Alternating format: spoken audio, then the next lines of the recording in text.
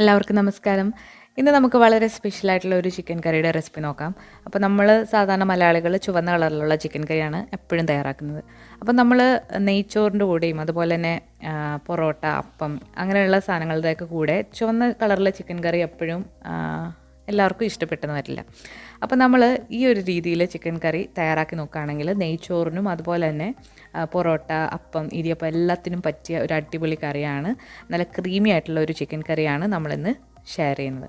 അപ്പോൾ അധികം താമസിയാതെ ഈ ഒരു ചിക്കൻ കറി എങ്ങനെയാണ് തയ്യാറാക്കി എടുക്കുന്നത് നോക്കാം. അപ്പോൾ ഇവിടെ 1 കിലോ ചിക്കൻ എടുത്തിട്ടുണ്ട്. അപ്പോൾ ചിക്കൻ നന്നായിട്ട് കഴുകി വൃത്തിയാക്കി വെച്ചിട്ടുള്ളതാണ്. അപ്പോൾ ഈ ഒരു ചിക്കനിലേക്ക് നമ്മളിനി കുറച്ച് മസാലകളൊക്കെ ഇട്ട് നന്നായിട്ട് പുരട്ടി വെക്കുന്നുണ്ട്.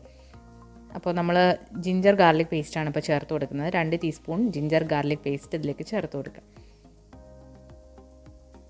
അതുപോലെ നമ്മൾ ഈ ഒരു ചിക്കൻ കറിയിൽ മുളക് പൊടി, മല്ലിപ്പൊടി അങ്ങനെയുള്ള പൊടികളൊന്നും യൂസ് ചെയ്യുന്നില്ല.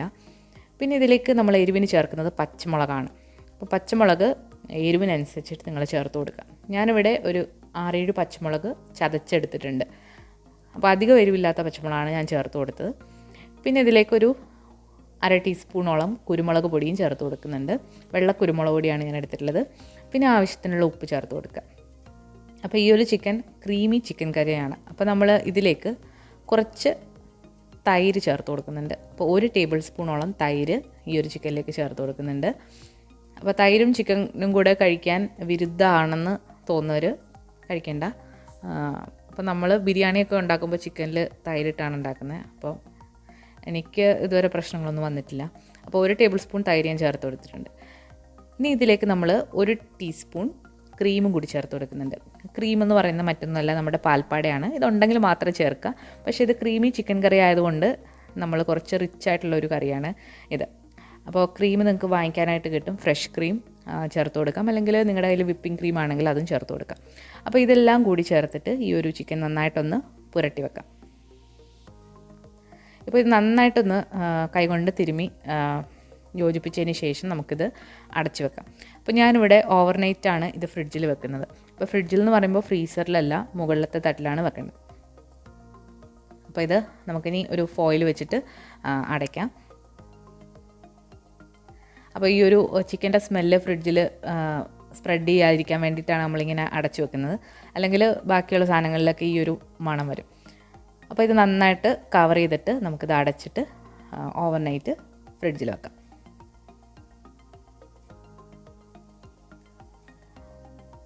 ഇപ്പോൾ അടുത്ത ദിവസമായിട്ടുണ്ട്, നമ്മൾ ചിക്കൻ കറി ഉണ്ടാക്കാൻ പോവാണ്. അപ്പോൾ നമ്മൾ ഫ്രിഡ്ജിൽ വെച്ച ഈ പുരട്ടി വെച്ചിരിക്കുന്ന ചിക്കൻ എടുത്ത് ഒന്നുകൂടി നന്നായിട്ടൊന്ന് ഇളക്കി കൊടുക്കുക. അപ്പോൾ ഈ ഒരു ചിക്കൻ നിങ്ങൾക്ക് ഇങ്ങനെ എടുത്തിട്ട് ചെറുതായിട്ട് എണ്ണയിൽ ഒന്ന് തിരിച്ചു മറിച്ചുവിട്ട് ഫ്രൈ ചെയ്തിട്ട് കറി വെക്കാം. അല്ലാന്നുണ്ടെങ്കിൽ നിങ്ങൾക്ക് അല്ലാതെയും വെക്കാവുന്നതാണ്. അപ്പോൾ ഫ്രൈ ചെയ്യേണ്ട ആവശ്യമുണ്ടെന്ന് എനിക്ക് തോന്നുന്നില്ല, കാരണം ഈ ഒരു കറി കുറച്ച് റിച്ച് ആയിട്ടുള്ളൊരു കറിയാണ്. ഫ്രൈ ചെയ്യുമ്പോൾ ഒന്നുകൂടി അത് ഓയിലി ആവുമെന്നാണ് എനിക്ക് തോന്നുന്നത്. ഇനി ഇതിലേക്ക് കുറച്ച് സവാളയും അതുപോലെ തന്നെ കുറച്ച് മുഴുവനായിട്ടുള്ള ഗരം മസാലയും എടുത്തിട്ടുണ്ട്. അതെന്തൊക്കെയാണെന്ന് പറയാം.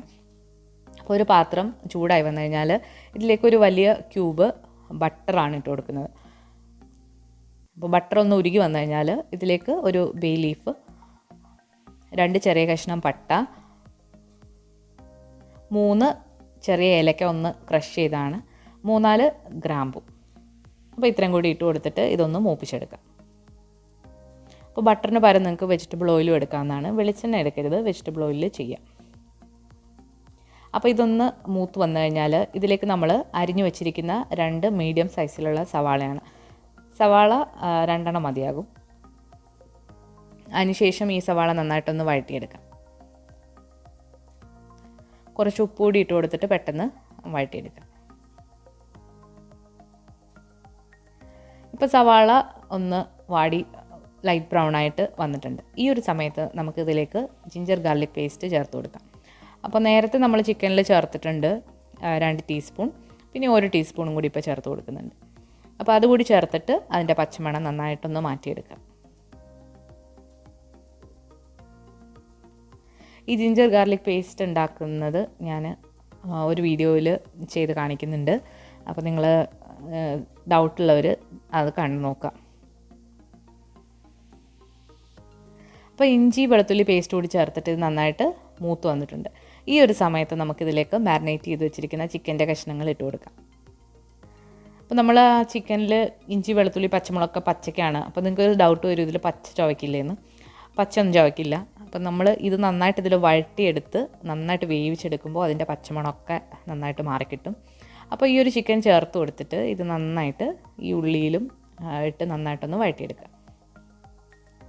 വളരെ സിമ്പിളാണ് ഈ കറി തയ്യാറാക്കാൻ. ഇതിലധികം പൊടികളോ ഒന്നും നമ്മൾ യൂസ് ചെയ്യുന്നില്ല.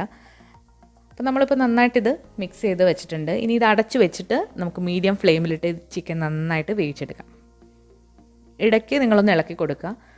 അപ്പോൾ കുറച്ച് കഴിയുമ്പോഴത്തേക്ക് ചിക്കനിൽ നിന്ന് നല്ല വെള്ളമൊക്കെ ഇറങ്ങി വരും. അപ്പോൾ ആ വെള്ളത്തിൽ കിടന്നത് നന്നായിട്ട് വേവിച്ചെടുക്കാം.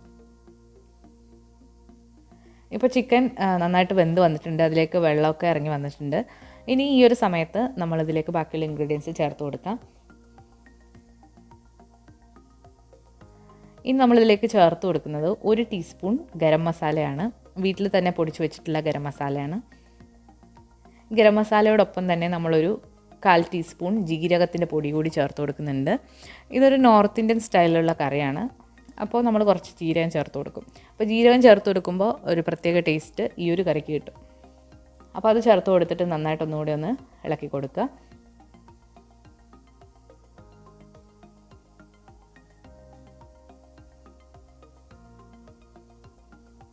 ഇനി നമ്മളിതിലേക്ക് വീണ്ടും ഒരു 2 ടീസ്പൂൺ ക്രീം കൂടി ചേർത്ത് കൊടുക്കുന്നുണ്ട്. ഇതൊരു ക്രീമി ചിക്കൻ കറിയാണ്.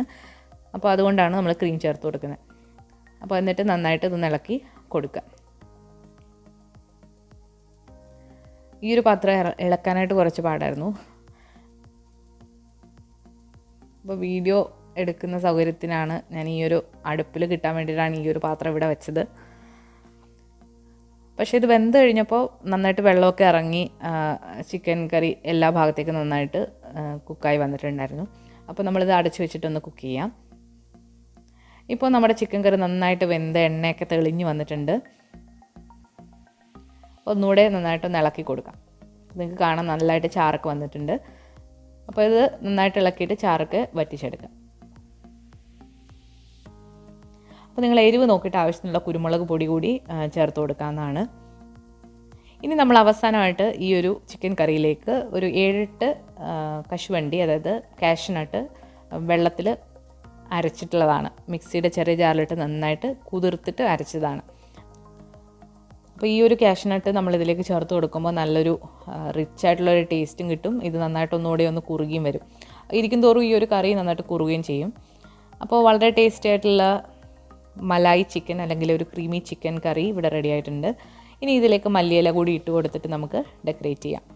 വളരെ ടേസ്റ്റി ആയിട്ടുള്ളൊരു കറിയാണ്. അപ്പോൾ നെയ്ച്ചോറിൻ്റെ കൂടിയും അപ്പം, പൊറോട്ട എല്ലാത്തിൻ്റെ കൂടെ കഴിക്കാൻ നല്ല കോമ്പിനേഷൻ ആയിട്ടുള്ളൊരു കറിയാണ്. അപ്പോൾ എല്ലാവരും ഈ രീതിയിൽ ഒന്ന് ചിക്കൻ കറി ട്രൈ ചെയ്ത് നോക്കുക. എന്തായാലും നിങ്ങൾക്ക് ഇഷ്ടപ്പെടും. അപ്പോൾ ഈ വീഡിയോ ഇഷ്ടമായിട്ടുണ്ടെങ്കിൽ ലൈക്ക് ചെയ്യാനും ഷെയർ ചെയ്യാനും കമൻറ്റ് ചെയ്യാനും മറക്കരുത്. നമ്മുടെ ചാനൽ ഇതുവരെ സബ്സ്ക്രൈബ് ചെയ്തിട്ടില്ല എന്നുണ്ടെങ്കിൽ സബ്സ്ക്രൈബ് ചെയ്യാനും മടിക്കരുത്. പുതിയൊരു റെസിപ്പി വീഡിയോ ആയിട്ട് നമുക്ക് വീണ്ടും കാണാം. താങ്ക്